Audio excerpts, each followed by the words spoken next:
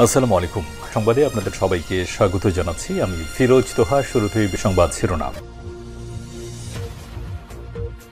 বাংলাদেশের সর্বশেষ গুরুত্বপূর্ণ আপডেট সংবাদে আপনাকে স্বাগত। শুরুতেই সংবাদ শিরোনাম, পরে বিস্তারিত। শুরুতেই জানাবো, প্রধান উপদেষ্টার সঙ্গে সেনা প্রধানের সৌজন্য সাক্ষাৎ। বাংলাদেশের অন্তর্বর্তীকালীন সরকারের প্রধান উপদেষ্টা ডক্টর মোহাম্মদ ইউনূসের সঙ্গে সৌজন্য সাক্ষাৎ করেছেন সেনাবাহিনী প্রধান জেনারেল ওয়াকারুজ্জামান। আজ বুধবার ১৯ মার্চ অতিথি ভবন যমুনায় এই সৌজন্য সাক্ষাৎ করেছেন তারা। এ বিষয়ে গুরুত্বপূর্ণ সংবাদ জানাবো, সঙ্গেই থাকুন। এরপর জানাবো, লালগালিচায় ডক্টর ইউনূসকে বরণের অপেক্ষায় চীন। সাউথ চায়না মর্নিং পোস্টের প্রতিবেদন। আগামী সপ্তাহে বাংলাদেশের অন্তর্বর্তীকালীন সরকারের প্রধান উপদেষ্টা ডক্টর মোহাম্মদ ইউনূস চীন সফরে যাবেন। তার এই সফরে লালগালিচায় উষ্ণ অভ্যর্থনার আয়োজন করবে চীনের সরকার, এমনটাই জানানো হয়েছে ওই প্রতিবেদনে। এদিকে ২১শে আগস্ট গ্রেনেড হামলা মামলার সব আসামি খালাসের বিরুদ্ধে রাষ্ট্রপক্ষের আপিল। বহুল আলোচিত ২১শে আগস্ট গ্রেনেড হামলার মামলায় তারেক রহমান সহ সব আসামির খালাসের বিরুদ্ধে আপিল করেছে রাষ্ট্রপক্ষ। বুধবার ১৯ মার্চ সকালে অ্যাটর্নি জেনারেল এর কার্যালয় এই তথ্য নিশ্চিত করেছেন।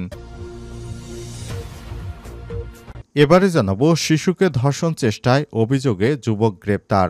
নারায়ণগঞ্জের রূপগঞ্জে ফের ৮ বছরের শিশুকে ধর্ষণ চেষ্টার অভিযোগ উঠেছে। এই ঘটনায় কামাল সর্দার নামে এক যুবককে গ্রেপ্তার করেছে পুলিশ। গত রাতে ভুলতা ইউনিয়নের মাসুমাবাদ এলাকা থেকে তাকে গ্রেপ্তার করা হয়। জানা গেছে, শিশুটি সন্ধ্যার পর খেলাধুলা শেষ করে বাড়ি ফিরছিল, তখনই তাকে ধর্ষণের চেষ্টা করে ওই যুবক। এদিকে খাগড়াছড়িতে ইউপিডিএফ কর্মীকে গুলি করে হত্যা। পার্বত্য খাগড়াছড়ির মাটিরাঙ্গায় প্রসিদ্ধ বিকাশ খিসা সমর্থিত united peoples democrat front UPDF এর কর্মী সুবিত ত্রিপুরা ৩৫কে গুলি করে হত্যা করেছে দুর্বৃত্তরা। এই ঘটনায় নিহতের বোন তারাপতি ত্রিপুরা আহত হয়েছেন। এবং সর্বশেষ জানাবো, গাজায় ইসরায়েলি হামলায় ক্ষুব্ধ জাতিসংঘের মহাসচিব। ফিলিস্তিনের অবরুদ্ধ গাজা উপত্যকায় প্রাণঘাতী বিমান হামলা চালানোর ঘটনায় মর্মাহত হয়েছে জাতিসংঘের মহাসচিব অ্যান্টোনিও গুতেরেস। হঠাৎ করে এ ধরনের নৃশংস হত্যায় ৫০০র মতো মানুষ নিহত হয়েছে। এই ঘটনায় তীব্র নিন্দা ও প্রতিবাদ জানিয়েছেন জাতিসংঘের মহাসচিব অ্যান্টোনিও গুতেরেস। তিনি বলেছেন, এই হত্যাকাণ্ড এ সময় মেনে নেওয়া যায় না। অবশ্যই ইসরায়েলের প্রেসিডেন্ট নেতানিয়াহুকে থামতে হবে। প্রিয় দর্শক, এতক্ষণ শুনছিলেন সংবাদ শিরোনাম, এবারে বিস্তারিত। তবে তার আগে বন্ধুরা, অনুরোধ থাকবে সংবাদটিতে একটি লাইক দিন। এই চ্যানেলে আপনি নতুন হয়ে থাকলে আমাদের সংবাদটি দেখতে দেখতে চ্যানেলটি সাবস্ক্রাইব করে রাখুন। কমেন্ট করে বন্ধুরা আপনার মূল্যবান মতামত জানিয়ে দিন আপনি বিশ্বের কোন দেশ থেকে বা বাংলাদেশের কোন স্থান থেকে আমাদের সংবাদটি দেখছেন এবং শুনছেন। এবারে বিস্তারিত। প্রধান উপদেষ্টার সঙ্গে সেনাপ্রধানের জরুরি সাক্ষাৎকার।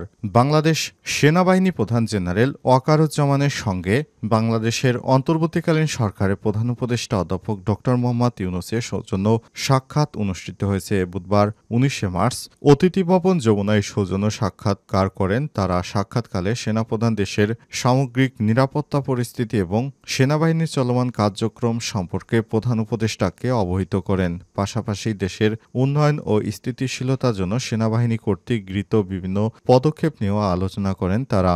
আলোচনা চলাকালে সেনাবাহিনী প্রধান তার সাম্প্রতিক সেন্ট্রাল আফ্রিকান রিপাবলিকান সফরের বিষয়ে প্রধান উপদেষ্টাকে অবহিত করেন। এই সফরটি দুই দেশের মধ্যকার সম্পর্ক উন্নয়ন ও সামরিক সহযোগিতা বৃদ্ধিতে সহায়তা ভূমিকা রাখবে বলে সেনাবাহিনী প্রধান আশাবাদ ব্যক্ত করেছেন। এছাড়াও সদ্য সমাপ্ত বিবিধ বঞ্চিত সেনা কর্মকর্তাদের সুবিচার নিশ্চিতকরণ সংক্রান্ত উচ্চপদস্থ পর্ষদের মূল্যায়ন ও সুপারিশ এবং বিবিধ কারণে চাকরিচ্যুত জেসি ও অন্যান্য পদবীর সেনা সদস্যদের চলমান উচ্চপদস্থ পর্ষদের অগ্রগতির বিষয়ে সেনাপ্রধান উপদেষ্টাকে অবহিত করেন। পরিশেষে জুলাই আগস্টে গণ অভ্যুত্থানে আহত ছাত্র জনতার চিকিৎসায় বাংলাদেশ সেনাবাহিনী কর্তৃক গৃহীত বিভিন্ন পদক্ষেপ সম্পর্কে তাকে অবহিত করা হয়। এ সময় প্রধান উপদেষ্টা সেনাবাহিনীর ভূমিকা ও অবদানের প্রসঙ্গ প্রশংসা করেন এবং ভবিষ্যৎ কার্যক্রমে সেনাবাহিনীকে প্রয়োজনীয় দিক নির্দেশনা দেন এবং দেশের সার্বভৌমত্ব ও নিরাপত্তা নিশ্চিতে সেনাবাহিনী তাদের পেশাদারিত্ব ও নিষ্ঠার সঙ্গে দায়িত্ব পালন অব্যাহত রাখবে বলে তিনি আশাবাদ ব্যক্ত করেছেন। সাউথ চায়না মর্নিং পোস্টের প্রতিবেদন, লাল গালিচায় ডক্টর ইউনূসকে বরণের অপেক্ষায় চীন। আগামী সপ্তাহে বাংলাদেশের অন্তর্বর্তীকালীন সরকারের প্রধান উপদেষ্টা অধ্যাপক ডক্টর মোহাম্মদ ইউনূস চীন সফরে যাবেন। সেখানে তিনি বাংলাদেশের বিভিন্ন বিষয় নিয়ে চীনের সরকারের সঙ্গে কথা বলবেন। তার এই সফরে লাল গালিচায় উষ্ণ অভ্যুত্থানের আয়োজন করবে বলে আশা করা হচ্ছে। এটি মূলত অন্তর্বর্তীকালীন সরকারকে চীনের কূটনৈতিক স্বীকৃতি এবং অর্থনৈতিক সম্পৃক্ততা জোরদারের অংশ। প্রতিবেশী দেশ ভারতের সঙ্গে বাংলাদেশের কূটনৈতিক টানাপোড়েনের মধ্যে এমন ঘটনা ঘটতে যাচ্ছে। শান্তিতে নোবেল বিজয়ী অর্থনীতিবিদ ডক্টর মোহাম্মদ ইউনূসের সরকারকে সহায়তার জন্য বারবার প্রতিশ্রুতি দিয়ে আসছে শি জিনপিংয়ের সরকার। তারা বলেছে বাংলাদেশের অন্তর্বর্তীকালীন সরকারকে তারা সব রকমের সহায়তা করতে চায়। তবে ডক্টর ইউনূস বারবার চীন সফরে যাওয়ার কথা বললেও তিনি সময়ের অভাবে চীন সফরে যেতে পারেননি। অবশেষে আগামী ২৬শে মার্চ স্বাধীনতা দিবসের দিন কুচকাওয়াজ সহ বিভিন্ন অনুষ্ঠানে অংশগ্রহণ করার পর বিকেলে তিনি চায়নার উদ্দেশ্যে রওনা দিবেন। ডক্টর ইউনূসকে নেয়ার জন্য চীন থেকে ভিআইপি বিমান আসবে। অন্তর্বর্তীকালীন সরকারের প্রধান উপদেষ্টাকে বাংলাদেশ থেকে নেয়ার জন্য চীনের সরকার একটি বিশেষ বিমান পাঠাবে। সেই বিমানে করেই অন্তর্বর্তীকালীন সরকারের প্রধান উপদেষ্টা অধ্যাপক ডক্টর মোহাম্মদ ইউনূস চীন সফরের উদ্দেশ্যে বের হবেন। ২১শে আগস্ট গ্রেনেড হামলার মামলায় সব আসামি খালাসের বিরুদ্ধে রাষ্ট্রপক্ষের আপিল। বহুল আলোচিত ২১শে আগস্ট গ্রেনেড হামলা মামলায় তারেক রহমান সহ সব আসামির খালাসের বিরুদ্ধে আপিল করেছে রাষ্ট্রপক্ষ।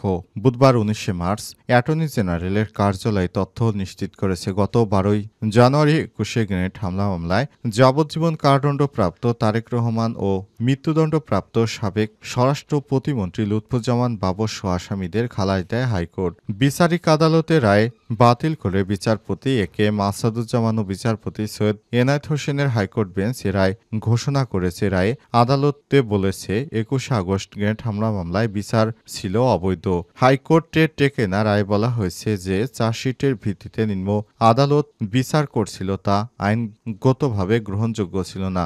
গ্রেনেড হামলা মামলায় দায়ের করা দুটি মামলায় বিএনপির সাবেক স্বরাষ্ট্র প্রতিমন্ত্রী লুৎফুজ্জামান বাবর সহ ১৯ জনকে ২০১৮ সালের ১০ অক্টোবর ঢাকার একটি আদালত মৃত্যুদণ্ড দেয়। বিএনপির ভারপ্রাপ্ত চেয়ারম্যান তারেক রহমান সহ ১৯ জনকে যাবজ্জীবন এবং ১১ জনকে বিভিন্ন মেয়াদে কারাদণ্ড দেয়া হয়। কারাদণ্ড দেওয়ার পরই এই মামলাটি দীর্ঘদিন ধরে আওয়ামী লীগ সরকারের সময় রায় দেওয়ার পর আপিলের অপেক্ষায় ঝুলেছিল।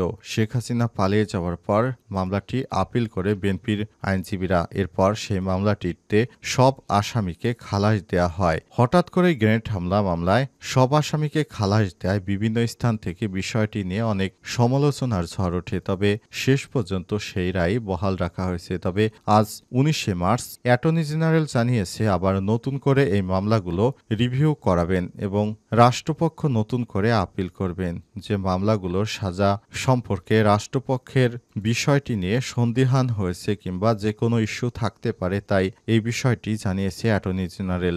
নতুন করে এই মামলায় আবার রিভিউর পর দেখা যাক কি রায় আসে। তবে আশা করছে বিএনপির নেতাকর্মীরা তাদের নেতা তারেক রহমান সেই মামলায় এবারও মুক্তি পাবে। শিশুকে ধর্ষণ চেষ্টার অভিযোগে যুবক গ্রেপ্তার। নারায়ণগঞ্জের রূপগঞ্জে ফের ৮ বছরের এক শিশুকে ধর্ষণ চেষ্টার অভিযোগ উঠেছে। এই ঘটনায় কামাল সর্দার নামে এক যুবককে গ্রেপ্তার করেছে পুলিশ। মঙ্গলবার ১৮ মার্চ রাতে উপজেলার ভুলতা ইউনিয়নের মাসুমাবাদ এলাকা থেকে তাকে গ্রেপ্তার করা হয়। গ্রেপ্তার কামাল সর্দার উপজেলার ভুলতা ইউনিয়ন মাসুমবাদ এলাকার শামসুল সর্দারের ছেলে। রূপগঞ্জ থানার ওসি লিয়াকত আলী কালবেলাকে বলেছেন, মঙ্গলবার সন্ধ্যায় বন্ধুদের সঙ্গে খেলা শেষে শিশুটি তার বাড়িতে ফিরছিল। সময় শিশুটিকে কামাল সর্দার নামের এক যুবক ধর্ষণের চেষ্টা চালায়। রাতেই মেয়েটির মা বাদী হয়ে রূপগঞ্জ থানায় একটি অভিযোগ দায়ের করেন। এর পরিপ্রেক্ষিতে অভিযুক্ত কামাল সর্দারকে গ্রেপ্তার করা হয়। আসামিকে নারায়ণগঞ্জ আদালতে সোপর্দ করা হয়েছে। এর আগে বৃহস্পতিবার ১৩ মার্চ দুপুরে রূপগঞ্জ উপজেলার তারাবো পৌরসভার রূপসী বাগবাড়ি এলাকায় চকলেট কিনে দেওয়ার কথা বলে এক শিশুকে ধর্ষণের অভিযোগ ওঠে এবং এরপরই বিষয়টি নিয়ে নেটিজনদের মন্তব্যের শেষ হয় না, কারণ চারদিক দিয়ে যে ধর্ষণের সংবাদ আসছে বিষয়টি অত্যন্ত আতঙ্কের এবং উদ্বেগের। এরপরই এই বিষয়টি নিয়ে নড়েচড়ে ওঠে সবাই এবং ঢাকাসহ বিভিন্ন জেলায় ধর্ষণের ঘটনাগুলো ঘটছে, এগুলো সম্পর্কে সবাইকে সচেতন হতে হবে। পরে বিষয়টি স্থানীয় এলাকাবাসী জানতে পেরে প্রতিবাদ করে এবং ইব্রাহিমকে গ্রেপ্তারের দাবিতে বিক্ষোভ করতে থাকে। এরপর রাতেই তাকে গ্রেপ্তার করেছে পুলিশ।